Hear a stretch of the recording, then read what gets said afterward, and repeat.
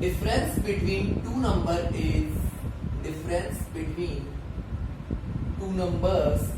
is 26. One number is 3 times the other.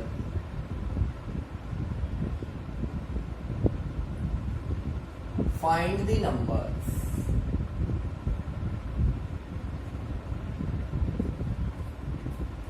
तो देखिए दो नंबर्स हम ले लेते हैं. Let first number is x, second number is y.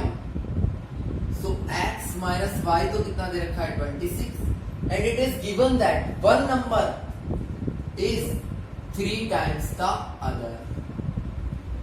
तो आपको कुछ भी नहीं करना, x की जगह पे क्या पुट कर देना है 3y. तो क्या आ जाएगा 3y minus y is equals to 26. ये हो जाएगा 2y is equals to 26 and y is equals to आ जाएगा 13. जब y की वैल्यू 13 है तो x हो जाएगा 3 इंटू 13 यानी कि 39. So it is our first part of question number 3. Now the question number second is,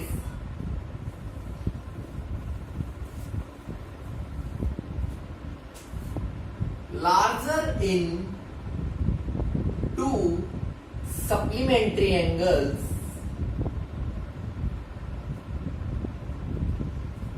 is exceed the other by 80. दो सप्लीमेंट्री एंगल्स हैं. फर्स्ट हम लेट कर लेते हैं x, सेकंड लेट कर लेते हैं y. सप्लीमेंट्री है इट मींस उनका सम कितना होगा 180. Equation number first. सेकंड वो कह रहा है कि जो बड़ा वाला है वो छोटे से कितना ज्यादा है 18 ज्यादा है. ये सेकंड हो गया. आपको x की जो ये वैल्यू है ये फर्स्ट इक्वेशन में पुट कर देनी है. y plus 18 plus y is equals to 180. 2y plus 18 is equals to 180. 2y is equals to 180 minus 18 तो ये आ जाएगा 162 और y की वैल्यू हो जाएगी 162 अपॉन 2. ये आ जाएगा 81. तो फर्स्ट क्या है 81. तो लार्जर वाला इससे 18 ज्यादा है मतलब 99. तो यही दो हमारे क्या है आंसर्स हैं. Now The third question is, एक क्रिकेट कोच बॉट, एक क्रिकेट का कोच है वो बैट और बॉल खरीदता है. तो देखिए 7 बैट और 6 बॉल, 7 बैट और 6 बॉल्स, इनका प्राइस तो दे रखा है 3800 एंड 3 बैट और 5 बॉल और 3 बैट 5 बॉल्स का प्राइस दे रखा है हमारे लिए 1750. अगर हम बैट के प्राइस को लेट कर लेते हैं x और बॉल का प्राइस है y, तो हमारा इक्वेशन बनेगा 7x plus 6y is equals to 3800. 3x plus 5y is equals to 1750. First equation से हम x की वैल्यू निकालेंगे तो वो आएगी 3800 माइनस 6y अपॉन 7. देखिए 6y को इधर ले गए और 7 अपॉन में. इस वैल्यू को मैं यहां पुट कर रहा हूं तो 3 into 3800 minus 6y upon 7 plus 5y is equals to 1750. अब आप अंदर मल्टीप्लाई करोगे 11400 माइनस 18y अपॉन 7 है. 7 को हम एलसीएम ले लेते हैं.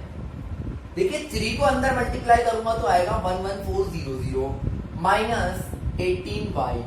अब पूरे में मैंने एलसीएम ले लिया 7 और इक्वल्स टू क्या है ऑलरेडी हमारे पास 1750. 7 एलसीएम लूंगा तो ये हो जाएगा 7 5 35y.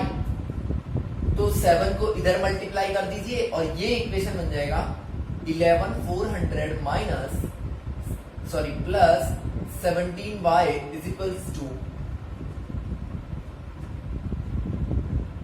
12250, इसको इधर लेके जाइए तो 17y इक्वल्स टू, ये माइनस हो जाएगा, इसमें से इसको माइनस करेंगे तो आएगा 850 और y की वैल्यू हो जाएगी 850 upon 17 means 50 rupees.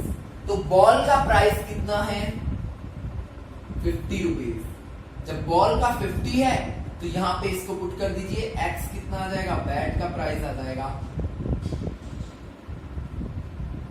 3500 upon 7 means 500 rupees. तो बैट का प्राइस है 500 और बॉल का जो प्राइस है वो है हमारा 50 रुपीज। नेक्स्ट है taxi fair in A city. एक सिटी में टैक्सी का जो फेयर है वो एक तो फिक्स चार्ज लगता है, तो फिक्स चार्ज तो हम ऐड कर लेंगे x, और पर किलोमीटर जो चार्ज लगता है वो है y।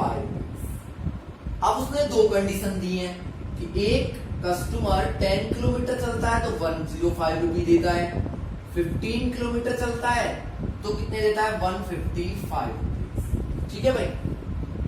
अब देखो फिक्स चार्ज तो लगना ही लगना है, प्लस पर किलोमीटर तो 10 किलोमीटर का कितना हो जाएगा 10y और टोटल कितना हो रहा है 105। Equation number first. ऐसे ही second x plus 15y is equals to 155। ये दो इक्वेशन बनते हैं।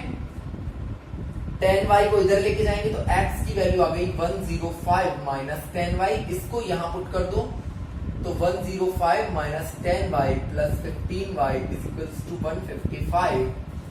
ये हो जाएगा 105 minus plus 5y is equals to 155, 5y is equals to 105 को इधर लेके जाओगे तो कितना हो जाएगा 50 और y की वैल्यू आ जाएगी आपकी 10 रुपीज। मीन्स पर किलोमीटर चार्ज तो कितना है 10 रुपए, और जब आप इसमें y की वैल्यू रखोगे तो x आएगा 5 रुपी, मतलब फिक्स चार्ज कितना है 5 रुपीज। ठीक है भाई, ये चीज क्लियर हो गई।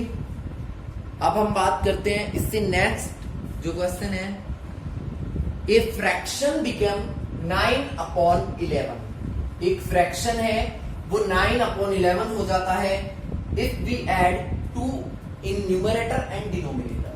तो देखिए अगर हम न्यूमरेटर को x सेलेक्ट करें और डिनोमिनेटर को y, तो दो कंडीशन दी हुई है कि अगर हम फ्रैक्शन में दोनों तरफ 2 प्लस करते हैं तो वो बन जाता है 9 अपॉन 11, दोनों तरफ 3 प्लस करते हैं तो वो बन जाता है 5 अपॉन 6।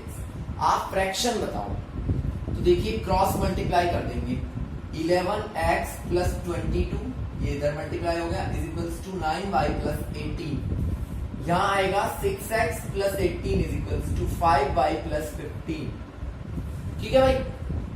तो देखिए 11x is equals to 9y plus 18 minus 22, मतलब 9y माइनस 4 आ जाएगा, तो x की वैल्यू आएगी 9y माइनस 4 अपॉन 11। इस वैल्यू को यहां पुट कीजिए तो देखिए 9y minus 4 upon 11 plus 18 is equals to 5y plus 15। आप इस इक्वेशन को सॉल्व करोगे तो आपका फ्रैक्शन आ जाएगा। ठीक है भाई, ये कर लेना आप। इसके बाद लास्ट पार्ट जो बचता है इसका वो है 5 years hence the age of Jacob will be। एक तो जैकब है और एक उसका सन है, तो जैकब की एज को हम लेट कर लेते हैं x और सन की एज है 5। एक तो बोला है 5 years आफ्टर और एक कंडीशन है 5 years ago। एगो के लिए माइनस करते हैं, आफ्टर के लिए प्लस करते हैं। तो उसने बोला है कि 5 years after Jacob will be 3 times of his son. जो जैकब की एज है वो 3 टाइम होगी उसके सन की एज की। ठीक है, ये इक्वेशन बनेगा x plus 5 is equals to 3y plus 15। तो यहां से x की वैल्यू आ जाएगी 3y प्लस 15 माइनस 5 यानी कि 3y प्लस 10। ठीक है भाई। अगर हम यहां देखते हैं 5 years अगो तो ये होगा x माइनस वाई और वो होगा y माइनस 7। 5 ईयर अगो के लिए रिलेशन है कि जो जैकब था, Jacob was 7 times his son, वो अपने बेटे का कितने टाइम था? 7 टाइम। तो यहां इक्वेशन बनेगा x minus 5 is equals to 7y minus 35। x की जगह क्या पुट करना है? 3y plus 10 minus 5 is equals to 7y minus 35। तो ये हो जाएगा 3y plus 5 is equals to 7y minus 35। y वाली क्वांटिटीज एक साइड ले लीजिए, 5 इधर और 7y इधर, तो ये आ जाएगा 3y minus 7y is equals to minus 35 minus 5 minus 4y is equals to minus 40। तो y की वैल्यू आ जाएगी 10, मतलब बेटे की एज कितनी है?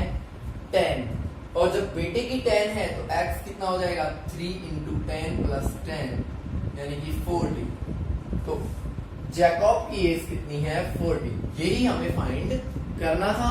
तो ये आपकी एक्सरसाइज 3.3 यहाँ पे कंप्लीट होती है। इसके बाद नेक्स्ट जो चैप्टर हम पढ़ेंगे, सॉरी एक्सरसाइज पढ़ेंगे, उसमें हम मेथड पढ़ेंगे एलिमिनेशन मेथड। उसमें हमें एलिमिनेट करना होता है। फॉर एग्जांपल एक इक्वेशन है 2x plus 3y is equals to 5 और 2x minus 3y is equals to 10। इसको हम 8 ले लेते हैं। ये इक्वेशन नंबर फर्स्ट है और ये सेकंड है। अब हमें करना है एलिमिनेशन मेथड। कौन सा? एलिमिनेशन मेथड, मतलब किसी एक को एलिमिनेट कर देना है, बिल्कुल बाहर। देखिए पहली बात तो एक चीज ध्यान में रखनी है, आपके पास जो वेरिएबल हैं वो सेम होने चाहिए, क्वांटिटी सेम होनी चाहिए। जैसे यहाँ 3y है, यहाँ भी 3y है, कोई भी एक वेरिएबल हो, चाहे x सेम हो जाए, चाहे x यहाँ पे 3x होता तो भी कोई फर्क नहीं पड़ता क्योंकि y सेम हो गया हमारा। या फिर ऐसा हो जाए जैसे 2x plus 4y is equals to 6 और 2x minus 5y is equals to 7। यहाँ क्या सेम है? x सेम है। इसी कंडीशन में लगेगा क्या? Elimination method. अगर सेम नहीं भी हो तो हम बनाते हैं। वो कैसे बनाएंगे? देखो अगर ये दो इक्वेशन होते आपके तो यहाँ कोई भी सेम नहीं है ना, तो x के कोफिशिएंट सेम है ना y के। इस इक्वेशन को तो मल्टीप्लाई कर दो 3 से, पूरे इक्वेशन को, तो 3 2 जा 6x आ जाएगा। और इस इक्वेशन को मल्टीप्लाई कर दो 2 से, यहाँ भी 3 2 जा 6x हो गया सेम। बाकी चाहे सेम हो या नहीं हो कोई फर्क नहीं पड़ता। तो इस मेथड को यूज करना मैं आपको नेक्स्ट वीडियो में बताऊंगा और अच्छे से इसको एक्सप्लेन करूंगा। तो प्लीज आप लोग वीडियोस को कंटिन्यूली देखें। Thanks and have a nice day.